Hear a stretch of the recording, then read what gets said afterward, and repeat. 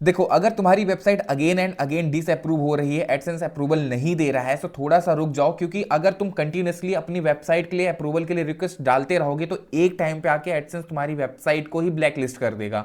And इस कारण से फिर इसके बाद तुम्हें कभी भी अप्रूवल नहीं मिलने वाला।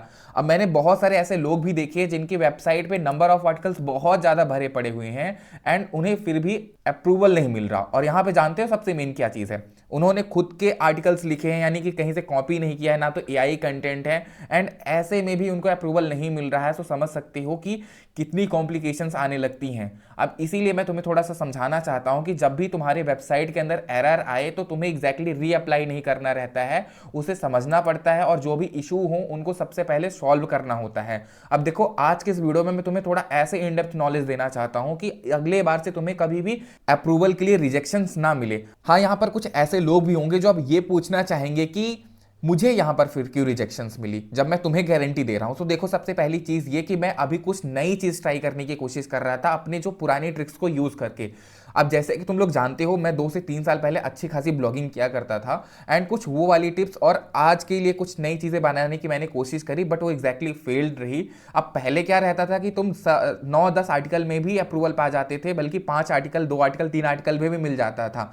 बट अभी ऐसा सीन हो चुका है कि अगर तुम 50 आर्टिकल भी लिखते हो तो अप्रूवल मिलने में बहुत ज़्यादा दिक्कत आती है। सो इसी चीज़ को मैं तुम्हें थोड़ा सा समझाना चाहता हूँ। सबसे पहली चीज़ तो पहले तुम्हें अपने एरर्स को समझना है। अब देखो, ज़्यादातर लोगों को लो वैल्यू कंटेंट एरर आता है एंड उन्हें ये नहीं समझ में आता कि एग्जैक्टली अभी करें क्या। अब देखो, एज इट इज ही सबसे पहले तुम्हें गूगल एडसेंस पे आना है एंड देन साइट वाले सेक्शन पे, एंड इसके बाद अपने इस पर्टिकुलर डोमेन पे क्लिक करना है। अब जैसे तुम लोग अपने डोमेन पे क्लिक करोगे तो तुम्हें यहाँ पर मेनली जो एरर्स हैं वो चीजें शो हो रही हैं और साफ साफ सामने फ्रंट में मिलता है लो वैल्यू कंटेंट एरर। अब देखो, ये लो वैल्यू कंटेंट एग्जैक्टली एक पर्टिकुलर रीजन से नहीं आता, बहुत सारे रीजन होते हैं, बट यहाँ पे जो हमें दिया गया है वो तो उनको सॉल्व करना ही रहता है, बट इसके साथ में और भी चीजें सॉल्व करना रहता है। बट पहले अपने वाली रीजन को समझते हैं एंड इसके बाद कुछ बाकी चीजों को भी सॉल्व करना रहेगा, तो उसको मैं अभी बाद में बात करता हूं। अब यहां पर देखो, भले मेरे को 4 एरर दिख रहे हैं, बट ये एग्जैक्टली एक ही टाइप का एरर है और ये सारे एक दूसरे पे ही डिपेंडेंट है। अब अगर मैं बात करूं, पहला है कंटेंट से रिलेटेड और दूसरा जो है वेब मास्टर, यानी कि हमारे ट्रैफिक और इंडेक्सिंग के रिलेटेड, यानी जो हमारा सर्च कंसोल है या वेब मास्टर, दोनों दोनों एक ही है, सो उससे रिलेटेड यहां पर। अब जो मैं एग्जैक्टली कहना चाहता हूं, पहले तो ये गूगल ने बोला है कि मेरे जो वेबसाइट के अंदर है वो कंटेंट जो रिक्वायरमेंट है वो नहीं है। अब एग्जैक्टली अगर मैं तुम्हें शो करूं तो नंबर ऑफ आर्टिकल इस वेबसाइट में टोटल 13 ही पब्लिश्ड हैं। अब अगर मैं तुम्हें सच सच बताऊं तो नंबर ऑफ आर्टिकल्स थोड़ा ज्यादा होना चाहिए, इन द सेंस जब तुमने अप्लाई किया है उस टाइम पे कम से कम तुम 32 या 35 क्रॉस कर दो, तब अप्रूवल के लिए डालो। अभी मैं तुमको पर्सनली सजेस्ट कर रहा हूं एंड इसके साथ में तुम स्टॉप मत हो जाना। ज्यादातर लोग क्या करते हैं कि वेबसाइट को एक बार एडसेंस रेडी करने के लिए पूरे आर्टिकल्स तो लिख लेते हैं एंड इसके बाद रुक रुक जाते हैं कि भैया अब तो मेरे को अप्रूवल मिल ही जाना है। ऐसा करने से डेफिनेटली तुमको रिजेक्शंस का ही सामना करना पड़ेगा। अब मेरे साथ में ऐसा क्या सीन हुआ था कि अपन ने भी पहले एक टाइम पे आके ये एक साथ जल्दी जल्दी आर्टिकल पब्लिश किए एंड इसके बाद में अपन रुक गए अप्रूवल के डालने के बाद। हमें लगा कि ऐसा हमको मिल जाएगा अप्रूवल जैसे पहले हुआ करता था, बट एग्जैक्टली अभी यहाँ पे ये चीज़ वर्क करना बिल्कुल भी बंद कर दी है। ठीक है, सो इसको ध्यान रखना एकदम 110% के साथ में। एंड इतना ही नहीं, बात खत्म होती है। अब ज़्यादातर लोग क्या करते हैं, एआई कंटेंट का यूज़ करते हैं। अब अगर देखा जाए तो मैंने भले ही स्टॉक मार्केट या डिफरेंट कैटेगरीज पे आर्टिकल्स लिखे हैं, अब चूंकि मेरा जो डोमेन है वो मेक मनी से रिलेटेड है, यहाँ पे जो भी कंटेंट मैं पब्लिश करूंगा वो मेक मनी से रिलेटेड रहेगा। और तुम लोग यहाँ पर देख भी सकते हो लगभग ऐसे ही कंटेंट्स पब्लिश हैं। अब यहां पे मैंने एक चीज और इंक्लूड करी विच इज नीच। क्या रहता है, ज्यादातर एक पार्टिकुलर डोमेन में different different kinds of categories के आर्टिकल्स डालना पब्लिश कर देते हैं एंड इस कारण से उनको रिजेक्शंस का भी सामना इसके कारण भी देखने को मिलता है। अब देखो, मैं तुम्हें अगर इस पार्टिकुलर इनकी पॉलिसीज को थोड़ा सा एक्सप्लेन करूँ ना, सो इस पे जो है, जो भी है यहाँ पे quality content, high quality content, user experience, ये सारी चीजें एक ही है। सारा काम और सारा खेल, सारा गेम जो भी है पूरे आर्टिकल पे ही डिपेंड है सबसे पहले। सो आर्टिकल पे फोकस करो, ज्यादातर अपने से आर्टिकल लिखने की कोशिश करो। आर्टिकल की लेंथ लगभग 1000 वर्ड से ऊपर हो या कम से कम 1000 वर्ड्स तो होनी चाहिए। अब यहां पर भी लोग गलती करते हैं, लेट मी शो यू। अगर मैं कोई भी आर्टिकल का अगर लेंथ काउंट करूंगा तो कैसे करूंगा ये बताओ, यहां से लेके अपने आर्टिकल की जो टोटल लेंथ होगी यहां तक, है ना। सो एग्जैक्टली ऐसा नहीं करना होता है ब्रो। ऐसे करोगे तो तुम्हारे आर्टिकल की लेंथ तो डेफिनेटली बहुत ज्यादा ऊपर होगी।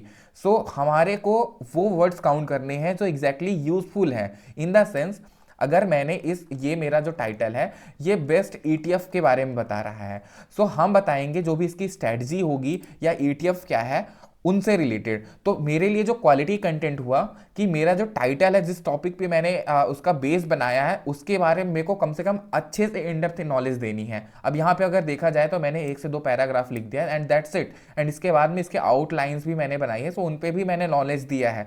बट यहीं पे लोग गलती क्या करते हैं कि मेन कंटेंट को छोड़ के आउट ऑफ कंटेंट पे चले जाते हैं और उनको ज़्यादा एक्सप्लेन करने लगते हैं।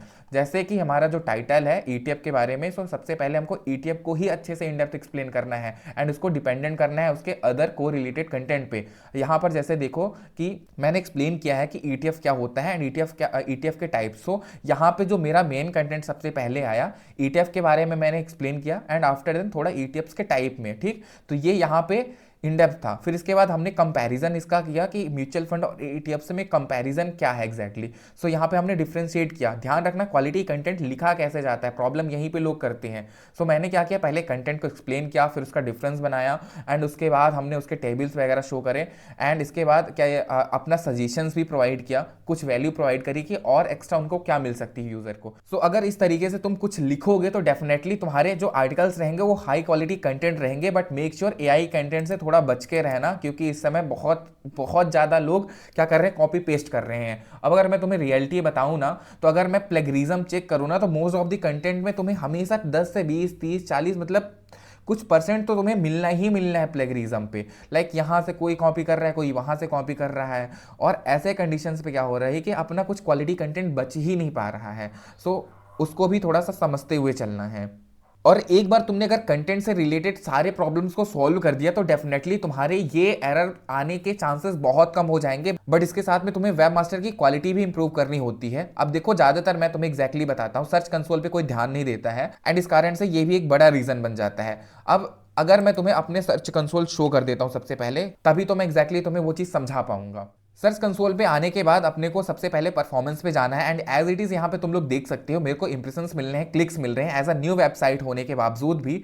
और अगर तुम थोड़ा सा ध्यान दो कि मेरे वेबसाइट में ट्रैफिक भी आना स्टार्ट हो गया है। और अगर मैं अब ऐसा बोल दूं कि मेरे को वेबसाइट में ट्रैफिक मिल रहा था फिर भी मेरे को एडसेंस अप्रूवल नहीं मिला, सो यहाँ पर अब ध्यान से सुनो। एडसेंस अप्रूवल लेने के लिए हमें मेनली 2 ही चीजों पे फोकस करना पड़ता है, पहला क्वालिटी कंटेंट एंड दूसरा वेब मास्टर क्वालिटी। यहाँ पे भले ही मेरे को वेब मास्टर क्वालिटी मेरी इंप्रूव हो रही है, बट मेरे कंटेंट में थोड़ा इशू था एंड इस कारण से मेरे को मेनली एरर ये आया। सो ध्यान रखो, मैंने ऑलरेडी कंटेंट को किस तरीके से इंप्रूव करना है तुम्हें बताया है and after then web master की क्वालिटी किस तरीके से इंप्रूव करनी है, इसके लिए तुम्हें बहुत सारे एसईओस के पॉइंट ऑफ व्यू को देखना पड़ेगा एंड अपने वेबसाइट के अंदर ट्रैफिक लेके आना पड़ेगा। अब यहाँ पर भी एक चीज छोटी सी एक्सप्लेन करना चाहता है एंड इसके बाद वीडियो को मैं खत्म करूंगा। एंड वो छोटी सी चीज ये है कि लोग अपनी वेबसाइट के अंदर ट्रैफिक लाने के लिए थर्ड पार्टी टूल्स यूज करने लगते हैं। एग्जाम्पल के लिए तुम ये समझ लो कि चाहे वो ऑर्गेनिक वीडियो के थ्रू ट्रैफिक लेके आए या कहीं एड्स वगैरह और इन सारी चीजों पे। अब यहाँ पे मैं तुम्हें यही एक्सप्लेन करना चाहता हूँ कि ट्रैफिक लाना इंपॉर्टेंट नहीं होता है, तुम्हारी वेब मास्टर की क्वालिटी इंप्रूव होनी चाहिए।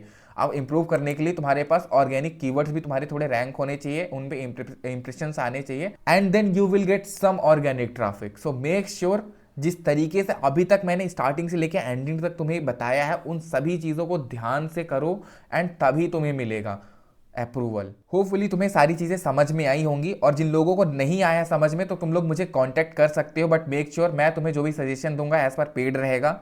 सो बेफालतू में मुझे डीएम करने का कोई मतलब नहीं है, मैं पहले ही क्लियर कर रहा हूँ। डिस्क्रिप्शन पे आई नो मैंने लिंक दे रखी हुई है। सो मुझे मैं अपनी कंसल्टेशन की सर्विस देता हूँ, एज पेड रहती है।